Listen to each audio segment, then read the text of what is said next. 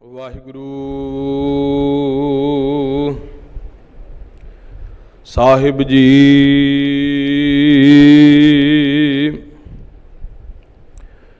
ਸੋ ਕਹੋ ਟਲ ਗੁਰ ਸੇਵੀਆ, ਅਹਨਸ ਸਹਿਜ ਸੁਭਾਏ।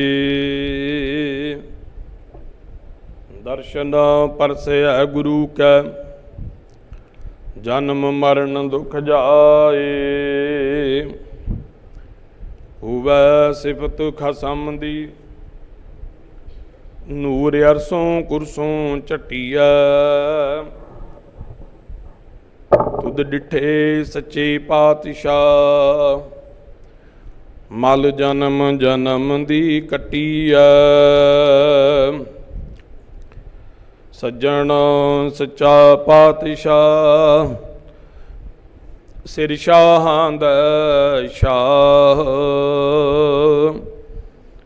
ਜਿਸ ਪਾਸ ਬੈਠਿਆਂ ਸੋਹੀਐ, ਸਭਨਾਂ ਦਾ ਵਿਸਾਹ। ਸਤਨਾਮ ਸ੍ਰੀ ਵਾਹਿਗੁਰੂ ਸਾਹਿਬ ਜੀ। ਧਨਾਸਰੀ ਮਹੱਲਾ ਪੰਜਵਾ। ਤੁਮ ਦਾਤੇ ਠਾਕੁਰ ਪ੍ਰਤਪਾਲਕ, ਨਾਇਕ ਖਸਮ ਹਮਾਰੇ। ਨਿਮਖ ਨਿਮਖ ਤੁਮ ਹੀ ਪ੍ਰਤਪਾਲੋ, ਹਮ ਬਾਰਿਕ ਤੁਮਰੇ ਧਾਰੇ।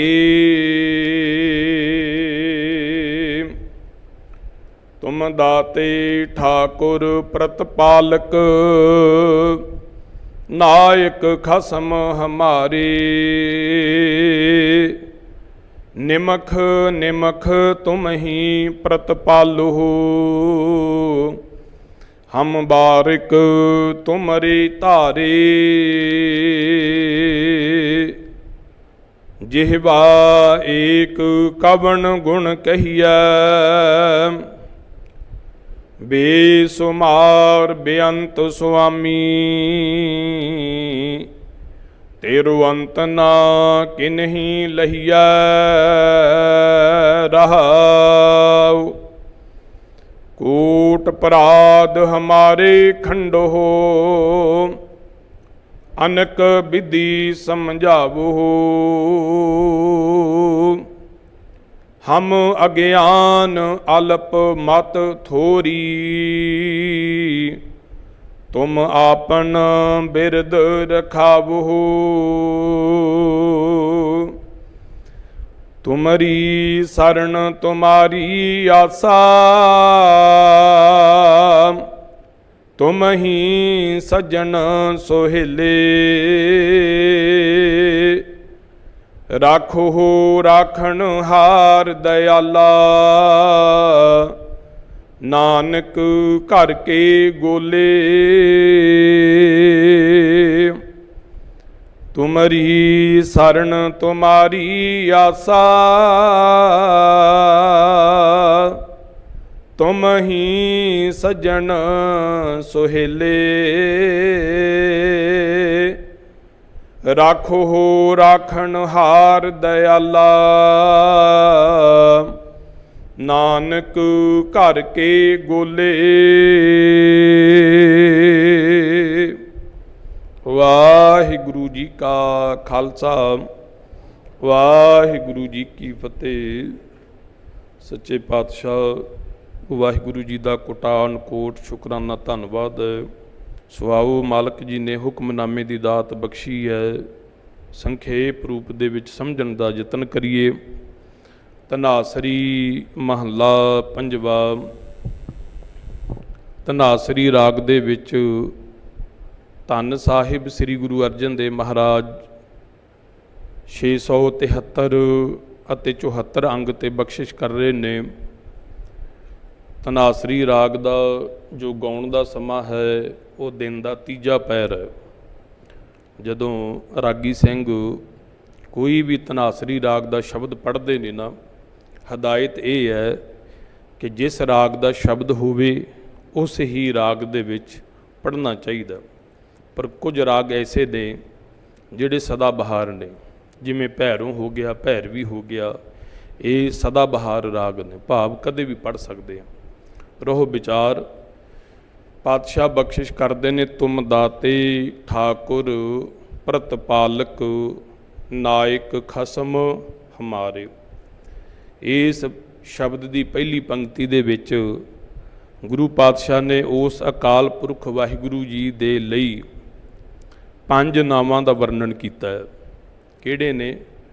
ਦਾਤੇ, ਠਾਕੁਰ, ਪ੍ਰਤਪਾਲਕ, ਨਾਇਕ ਤੇ ਖਸਮ। ਹੇ ਵਾਹਿਗੁਰੂ, ਤੁਸੀਂ ਸਾਡੇ ਦਾਤੇ ਹੋ, ਸਾਡੇ ਠਾਕੁਰ ਸੁਆਮੀ ਹੋ, ਸਾਡੀ ਪ੍ਰਤਪਾਲਨਾ ਕਰਨ ਵਾਲੇ ਪ੍ਰਤਪਾਲਕ ਹੋ। ਨਾਇਕ ਤੋਂ ਭਾਵ ਹੁੰਦਾ ਹੈ ਆਗੂ, ਤੁਸੀਂ ਸਾਡੇ ਆਗੂ ਹੋ ਔਰ ਸਾਡੇ ਖਸਮ ਹੋ। ਇੱਥੇ ਗੁਰਮੁਖੋ ਪ੍ਰਤਪਾਲਕ ਸ਼ਬਦ ਆਇਆ ਹੈ, ਪਹਿਲਾਂ ਵੀ ਆਪਾਂ ਇੱਕ ਦਿਨ ਵਿਚਾਰ ਕੀਤੀ ਸੀ। ਸੋ ਸੁਖਮਨੀ ਸਾਹਿਬ ਜੀ ਦੇ ਵਿੱਚ ਵੀ ਇਹ ਸ਼ਬਦ ਆਉਂਦਾ ਹੈ। ਪੱਪੇ ਦੇ ਪੈਰ 'ਚ ਰਾਰਾ, ਤੱਤੇ ਨੂੰ ਸਿਹਾਰੀ। ਕਿਵੇਂ ਪੜ੍ਹਨਾ? ਪ੍ਰ ਤੇ ਪਾਲਕ, ਪ੍ਰਤੇ ਪਾਲਕ, ਪ੍ਰਤਪਾਲਕ। ਪ੍ਰਤੇ ਪਾਲਕ ਨਹੀਂ ਕਹਿਣਾ ਜਾਂ ਹੋਰ ਕਿਸੇ ਤਰ੍ਹਾਂ ਨਹੀਂ ਬੋਲਣਾ। ਜੋ ਪੈਰ 'ਚ ਰਾਰਾ ਹੁੰਦਾ ਉਹਨੂੰ ਥੋੜ੍ਹਾ ਜਿਹਾ ਤਿਲਕ ਜੇ ਕੇ ਬੋਲਣਾ, ਪ੍ਰ ਪ੍ਰ। ਜੇ ਮਗਰ ਰਾਰਾ ਹੋਵੇ ਫਿਰ ਬੋਲਣਾ ਪਾਰ। ਇਹੀ ਫਰਕ ਹੈ ਗੁਰਬਾਣੀ 'ਚ। ਜਦੋਂ ਵੀ ਪੈਰ ਦੇ ਵਿੱਚ ਰਾਰਾ ਆਵੇ ਉਹਨੂੰ ਇੱਦਾਂ ਹੀ ਬੋਲਣਾ। ਜੇ ਪੱਪੇ ਦੇ ਪੈਰ 'ਚ ਰਾਰਾ ਹੈ, ਪ੍ਰ, ਤਰ, ਕਰ, ਸਰ, ਇਸ ਤਰ੍ਹਾਂ ਬੋਲਣਾ। ਇੱਥੇ ਇਸ ਸ਼ਬਦ ਨੂੰ ਬੋਲਣਾ ਹੈ ਪ੍ਰਤਪਾਲਕ। ਹੇ ਵਾਹਿਗੁਰੂ, ਤੁਸੀਂ ਸਾਡੇ ਮਾਲਕ ਹੋ, ਪ੍ਰਤਪਾਲਨਾ ਕਰਨ ਵਾਲੇ ਹੋ, ਆਗੂ ਹੋ, ਸੁਆਮੀ ਹੋ, ਦਾਤਾਂ ਦੇਣ ਵਾਲੇ ਹੋ, ਸਾਡੇ ਖਸਮ ਹੋ। ਨਿਮਖ ਨਿਮਖ ਤੁਮ ਹੀ ਪ੍ਰਤਪਾਲ ਹੋ, ਹਮ ਬਾਰਕ ਤੁਮਰੇ ਧਾਰੇ। ਸੱਚੇ ਪਾਤਸ਼ਾਹ, ਸਾਨੂੰ ਇੱਕ ਇੱਕ ਪਲ, ਇੱਕ ਇੱਕ ਛਿਨ ਸਾਡੀ ਪ੍ਰਤਪਾਲਨਾ ਕਰਦੇ ਹੋ। ਅਸੀਂ ਤੁਹਾਡੇ ਬੱਚੇ ਹਾਂ, ਤੁਹਾਡੇ ਬਾਰਕ ਹਾਂ ਔਰ ਸਾਨੂੰ ਤੁਹਾਡਾ ਹੀ ਆਸਰਾ ਹੈ। ਜਿਹਬਾ ਏਕ ਕਵਣ ਗੁਣ ਕਹੀਐ। ਸਾਡੀ ਇੱਕ ਚੰਮ ਦੀ ਜੇਬ ਹੈ। ਆਪ ਜੀ ਦੇ ਬੇਅੰਤ ਗੁਣ ਨੇ, ਬੇਅੰਤਾ ਬੇਅੰਤ ਗੁਣ, ਤੇਰੇ ਕੀਰਤਕ ਗਾਵਾਂ ਰਾਮ। ਇੱਕ ਜੇਬਾ ਤੇਰੇ ਅਨੇਕਾਂ ਗੁਣਾਂ ਨੂੰ ਕਿਵੇਂ ਗਾ ਸਕਦੀ ਹੈ? ਅਰਥਾਤ ਆਪ ਜੀ ਦਾ ਗੁਣ ਅਸੀਂ ਗਾਇਨ ਨਹੀਂ ਕਰ ਸਕਦੇ, ਆਪ ਜੀ ਦੇ ਗੁਣਾਂ ਨੂੰ ਬਿਆਨ ਇੱਕ ਜੇਬਾ ਦੇ ਨਾਲ ਨਹੀਂ ਕਰ ਸਕਦੇ। ਬੇਸੁਮਾਰ ਬੇਅੰਤ ਸੁਆਮੀ, ਤੇਰੋ ਅੰਤ ਨਾ ਕਿਨਹੀ ਲਹੀਐ। ਤੂੰ ਬੇਸ਼ੁਮਾਰ ਬੇਅੰਤ ਹੈ, ਸੁਆਮੀ ਹੈ, ਤੇਰਾ ਕਿਸੇ ਨੇ ਵੀ ਅੰਤ ਨਹੀਂ ਪਾਇਆ। ਬਹੁਤ ਵੱਡੇ ਵੱਡੇ ਦੁਨੀਆ ਦੇ ਲੋਕ ਹੋ ਕੇ ਚਲੇ ਗਏ, ਪੀਰ ਪੈਗੰਬਰ ਆਏ, ਕਿਸੇ ਨੇ ਆਪ ਜੀ ਦਾ ਅੰਤ ਨਹੀਂ ਪਾਇਆ। ਆਪ ਜੀ ਦਾ ਤੇ ਅੰਤ ਪਾਉਣਾ ਬਹੁਤ ਦੂਰ ਦੀ ਗੱਲ ਹੈ। ਆਪ ਜੀ ਦੀ ਬਣਾਈ ਹੋਈ ਕਾਇਨਾਤ, ਇਹ ਸ੍ਰਿਸ਼ਟੀ ਜੋ ਵੀ ਪਸਾਰਾ ਹੈ, ਇਹਦਾ ਵੀ ਲੋਕਾਂ ਨੇ ਅੰਤ ਨਹੀਂ ਪਾਇਆ। ਹੁਣ ਜਿਹੜਾ ਸਮੁੰਦਰ ਹੈ ਗੁਰਮੁਖੋ, ਕਹਿੰਦੇ ਨੇ 70-71% ਪਾਣੀ ਹੈ ਅਤੇ 30% ਧਰਤੀ ਹੈ ਜਿੱਥੇ ਜੀਵਨ ਬਸਰ ਹੁੰਦਾ। ਸਾਇੰਸ ਨੇ ਤਕਰੀਬਨ 5% ਸਮੁੰਦਰਾਂ ਦੇ ਪਾਣੀ ਦਾ ਅਧਿਐਨ ਕੀਤਾ। ਬੜਾ ਕੁਝ ਪਿਆ, ਬੜਾ ਕੁਝ। ਹੋਰ ਤੇ ਬਹੁਤ ਦੂਰ ਦੀ ਗੱਲ ਹੈ। ਵਾਹਿਗੁਰੂ ਜੀ ਦੀ ਬਣਾਈ ਹੋਈ ਰਚਨਾ ਦਾ ਕਿਸੇ ਨੇ ਅੰਤ ਨਹੀਂ ਪਾਇਆ, ਅਤੇ ਜਿਹੜਾ ਬਣਾਉਣ ਵਾਲਾ ਦਾਤਾ ਹੈ ਉਹਦਾ ਕਿੰਨੇ ਅੰਤ ਪਾ ਲੈਣਾ? ਇਹ ਵਾਹਿਗੁਰੂ ਤੂੰ ਬੜਾ ਬੇਅੰਤ ਹੈ। ਜਦੋਂ ਕਿਸੇ ਦਾ ਅੰਤ ਨਾ ਪਾਇਆ ਜਾਵੇ, ਆਪਣੀ ਸੋਚ ਤੋਂ ਬਾਹਰਲੀ ਗੱਲ ਹੋਵੇ, ਉਹਦੇ ਫਿਰ ਅੱਗੇ ਹੱਥ ਹੀ ਜੁੜ ਸਕਦੇ ਨੇ, ਉਹਦੇ ਚਰਨਾਂ 'ਚ ਨਮਸਕਾਰ ਹੀ ਹੋ ਸਕਦੀ ਹੈ। ਰਹਾਉ, ਰਹਾਉ ਵਾਲੀ ਪੰਕਤੀ ਸ਼ਬਦ ਦਾ ਕੇਂਦਰੀ ਭਾਵ ਹੁੰਦੀ ਹੈ ਕੋਟ ਅਪਰਾਧ ਹਮਾਰੇ ਖੰਡੋ, ਅਨਕ ਵਿਧੀ ਸਮਝਾਵੋ। ਹੇ ਵਾਹਿਗੁਰੂ, ਸਾਡੇ ਕਰੋੜਾਂ ਹੀ ਅਪਰਾਧ ਨੇ, ਪਰ ਤੁਸੀਂ ਕਿੰਨੇ ਬਖਸ਼ਣਹਾਰ ਹੋ। ਇੱਕ ਖਿਣ ਮਾਤਰ ਦੇ ਵਿੱਚ ਉਹਨਾਂ ਕਰੋੜਾਂ ਪਾਪਾਂ ਦਾ ਨਾਸ ਕਰ ਦਿੰਦੇ ਹੋ ਔਰ ਅਨੇਕਾਂ ਤਰੀਕਿਆਂ ਦੇ ਨਾਲ ਸਾਨੂੰ ਸਮਝਾਉਣ ਦਾ ਯਤਨ ਕਰਦੇ ਹੋ। ਕਈ ਵਾਰੀ ਪਿਆਰ ਦੇ ਵਿੱਚ ਗੁਰਮੁਖ ਇਹ ਬੇਨਤੀ ਅਰਦਾਸ ਵੀ ਕਰਦੇ ਨੇ, हम अवगुण भरे एक गुण नाही, अमृत छाड़ बिखै बिख खाही, माया मोह भरम पै भूले, सुतदारा स्यों प्रीत लगाई। बड़े ऐसे शब्द ने, प्यार वाले भी शब्द ने। सच्चे पातशाह बख्शिश करते हैं, जदों सिख अरदास करदा ना गुरु के चरनां च पुज जाती है, फिर महाराज बख्श देंदे ने। देख ना लेख मत्थे दे मेरे, कर्मां ते ना जावी, रहमत दी भर कानी बाबा, लीक इन्हां ते लावी। जेकर सच्चे पातशाह अपना हिसाब किताब करन लगे, फिर गुरमुखो उत्थे असी पूरे नहीं पैना, पूरे नहीं पैना, क्योंकि साडे औगण ही इन्ने ने। रोम रोम रोम रोम करके ये शरीर औगणा दा भरिया होया।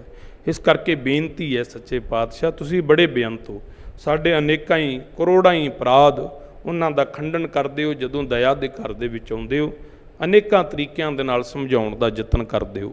हम अज्ञान अल्प मत थोरी, तुम आपन बिरद रखावो।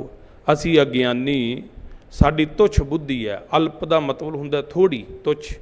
मत हे वाहिगुरू तुसी अपना बिरद वो नहीं त्यागदे। तुहाडा जो सुभाਅ है बख्शण हार वाला, वो साडे ते बख्शिशां बना के रख दिओ। तुमरी सरन तुमारी आसा, तुम ही सज्जन सुहेले।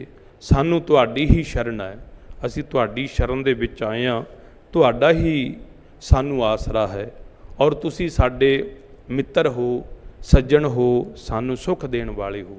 अखीरली पंक्ति शब्द दी, राखो हो राखण हार दयाला, नानक घर के गोले। असी पातशाह तेरे दर दे चाकर हाँ, तेरे घर दे गोले हाँ, साडी रखिया करो, और तुसी साडी रखिया करदे भी हो। राखो हो राखण हार दयाला, दया दे घर दे विच आके साडे ते बख्शिश करके, नाम सेवा सिमरन दी दात बख्श के, अज्ञानता दूर करके साडा जीवन निर्मल कर दिओ। ये सतगुरां दे अज दे पावन वाक मिहर करन। गुरु दी विचार दा साडे जीवन ते कुछ ना कुछ असर जरूर होवे। मालक जी बख्शिश करदे ने। वाहिगुरू जी का खालसा, वाहिगुरू जी की